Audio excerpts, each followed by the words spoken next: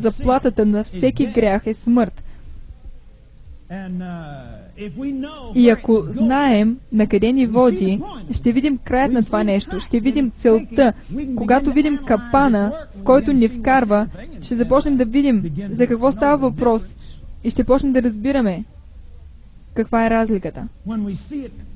Когато го видим вкарано в различни пакети, целият грях е един и същ. Целият грях е егоизъм. И всеки отделен грях е егоизъм с различна окраска. Разбирате ли? Грехът на секс има един вид окраска, лакомията има друг вид окраска, просто предизвиква различно поведение, но си е все егоизъм. Вие не трупате тези килограми за някой друг.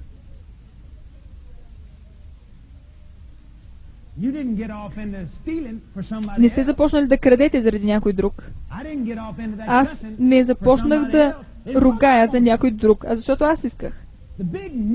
Големият аз, чрез страх или чрез гордост, или чрез комбинация от двете, аз започвам да заемам първото място в ума си и когато стане това, сладострастието има добра почва. Сега нека да погледнем в 4 глава на Ефесяни и ще открием какъв е краят на това нещо. Забележете 17 стих. Това ви казвам и заявявам в Господ, да не, от сега нататък, да не се обхождате или да не ходите, както ходят езичниците. Сега, езичник не означава, че не си юдейн или еврейн, защото това е по-добра дума. Понеже да бъдеш юдейн, всъщност, юдейн е грешна дума, с която ние наричаме някой, който е потомък на Авраам или израелтянин, освен ако наистина не е юдейн от племето на Юда. Разбирате ли? Това е жаргонна дума, с която ние наричаме всички евреи, но всъщност не е вярно. Така че преди да дойде Исус, това беше дума, езичник, беше прилагана към хора, които са извън завета на Авраам, което в повечето случаи наистина беше някой, който не беше евреин. Можеш да бъдеш прозелит и да дойдеш в юдаизма и вече няма да бъдеш езичник. Думата езичник означава без Бог. Сега, даже и еврейската дума е базирана на факта, че всеки, който не е евреин, е езичник, обаче не е вярно. Езичник означава да бъдеш без Бог. И Библията означава, че ако принадлежиш на Христос, ти си потомство на Авраам и си наследник на същото обещание. Така че тук се казва, ние вече не сме езичници. Апостол Павел пише това нещо на църквата и казва, вие вече не сте езичници. Вие бяхте езичници без Христос. Но сега не сте без Бог вече. Така че това, което казва е следното. Че вие от сега нататък не ходете, както ходят езичниците в празнотата на техния ум. Не дейте да ходите във вашия ум. Не дейте да бъдете контролирани от ума си през цялото време. Трябва да дойдете до място, където сте контролирани от духа си, чрез духа на Бог, чрез Словото на Бог. Ако всичко, което правите е да анализирате всичко, ще се разминавате с Бог в 100% от случаите. Защото естественият ум е във вражда с Бог. Знаете ли защо? Защото вярата ни идва от ума, от сърцето. И е необходима вяра да ходиш с Бог. Добре. Гледайте сега това. Не дейте да ходите, както ходят езичниците в празнотата на техния ум, помрачени в разума си, отстранени от живота на Бог, заради невежеството, което е в тях и заради закоравяването на сърцето им, които изгубили чувство или с прегоряла съвест, докато съвестта им вече не влияе на ума или на тялото, са предали себе си на сладострастие, за да вършат всякаква, кажете всякаква, Какво означава това? Означава всякаква, нали? Всякаква нечистота с лакомия.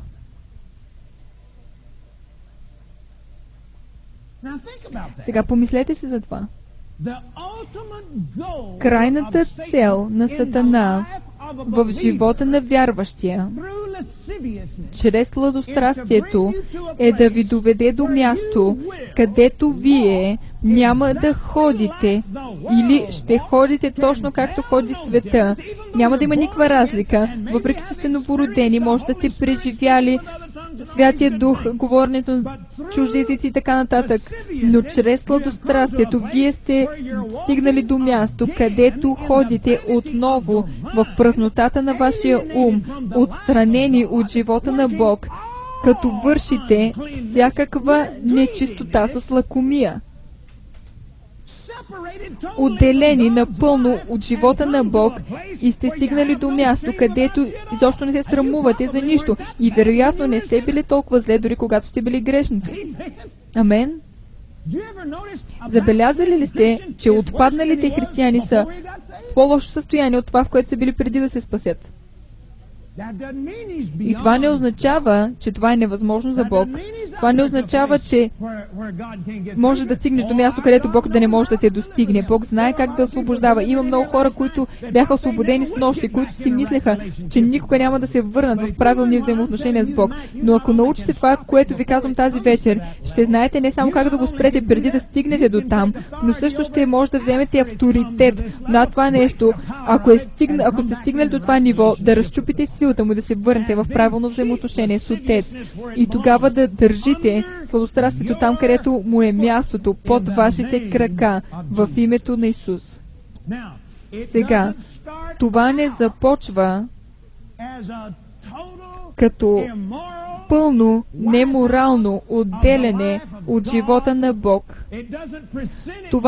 То не представя себе си като лакомия и всякаква нечистота. То въобще не се представя така по този начин. Това е целта на Сатана за сладострастието и това е, което то ще произведе. И какво е това нещо? То започва като мисъл. Умът е почвата за семената на Сатана. Започва като мисъл. Една мисъл. 2 Коринтияни, 10 глава. Помните ли какво се казва? Нашата война не е срещу плът. Какво се казва?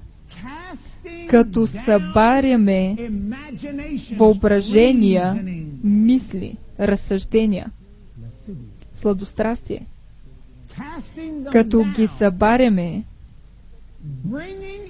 и пленяваме всяка,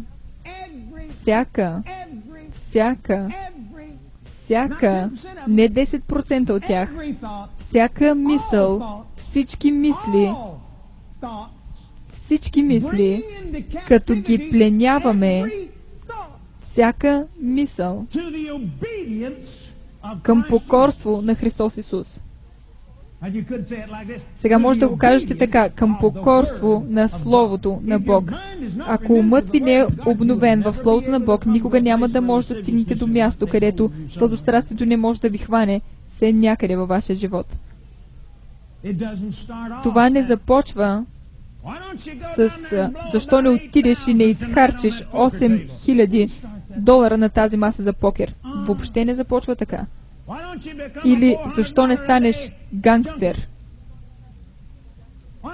Или защо не се продадеш за $500-600 на ден? Защо не го направиш? Не. Започва с едно смръкване, една цигара, която някой друг ти дава, защото няма да ти навреди.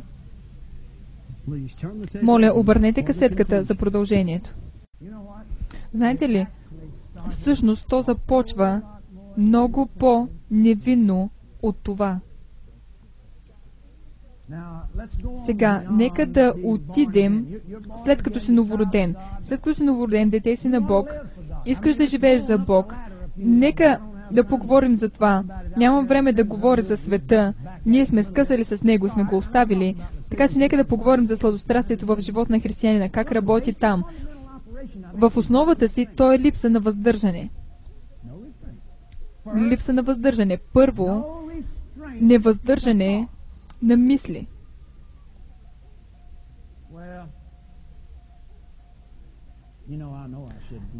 Знаеш ли, знам, че това не трябва да го ям. Обаче не мога. Просто едно няма да ми навреди. Наистина ли? Току-що изяде семето. И сега то ще порасне. Някой казва, никога не си броя калориите, напротив, броиш ги, само че чакаш да ги преглътнеш и тогава ги броиш. Тялото ти брои всичко, което влиза през устата ти. И ако ги беше броил преди да ги изядеш, нямаше да имаш проблем. Чувате ли ме? Знаете, може да спрете и да задържете мисълта за малко, обаче после се казвате абея. Абея. Само малко. Но никога не се спира там. Или поне никога не спираше при мене. Толкова се ядосвах на жена ми, тя можеше да изяде една хапка шоколад. Виждали сте такъв човек? Тя имаше силата на въздържането в нейния живот. Но не работеше в моя живот. Аз изобщо не знаех какво беше това нещо. Никога не бях чувал за него, защото практикувах сладострастие. Тя практикуваше въздържането на Бог. Тя можеше да вземе едно от тези малки шоколадчета, да го сложи на прозореца на кухнята и да си взема една хапка всеки ден 9 дни. Аз си вземах моето и го изяждах наведнъж за една секунда. И ако кутийката миришеше хубаво, най-накрай не я изяждах. Но не се започна така. Аз не бях така. Спомням си времето, когато не бях такъв. И ми помогнаха малко, за да стана такъв. Майка ми работеше по едно време, когато бях дете. Имаше една жена, която идваше да й помага. И тя беше готвачка. Тя беше професионална сладкарка. Тази жена можеше да прави сладкиши. Честно ви казвам, тя можеше да направи на прасе всеки. И аз се прибирах от училище и майка ми още я нямаше. Бях на 13 години и тя ме наричаше бебчето. И беше направила на бебчето един сладкиш. И тя казваше на майка ми, ще правя сладкиш днес, става ли? И майка ми казваше, да, добре, хубаво, но тя правеше 2. Майка ми не знаеше, че тя е направила 2. И аз се прибирах от училище и тя ми слагаше да седна на масата и ми даваше моя сладкиш. Целият сладкиш, разбирате ли? И аз изяждах целия. И после тя не казваше на майка ми и аз изяждах и малко и от техния. И това продължи нататъка и майка ми по едно време започна да учи здравословно хранене и започна да казва на останалите от семейството, че се убиваме като ядем така и ние наричахме откачалка, защото ядяхме като прасета. Не бих искал да се убивам, като ям така, но си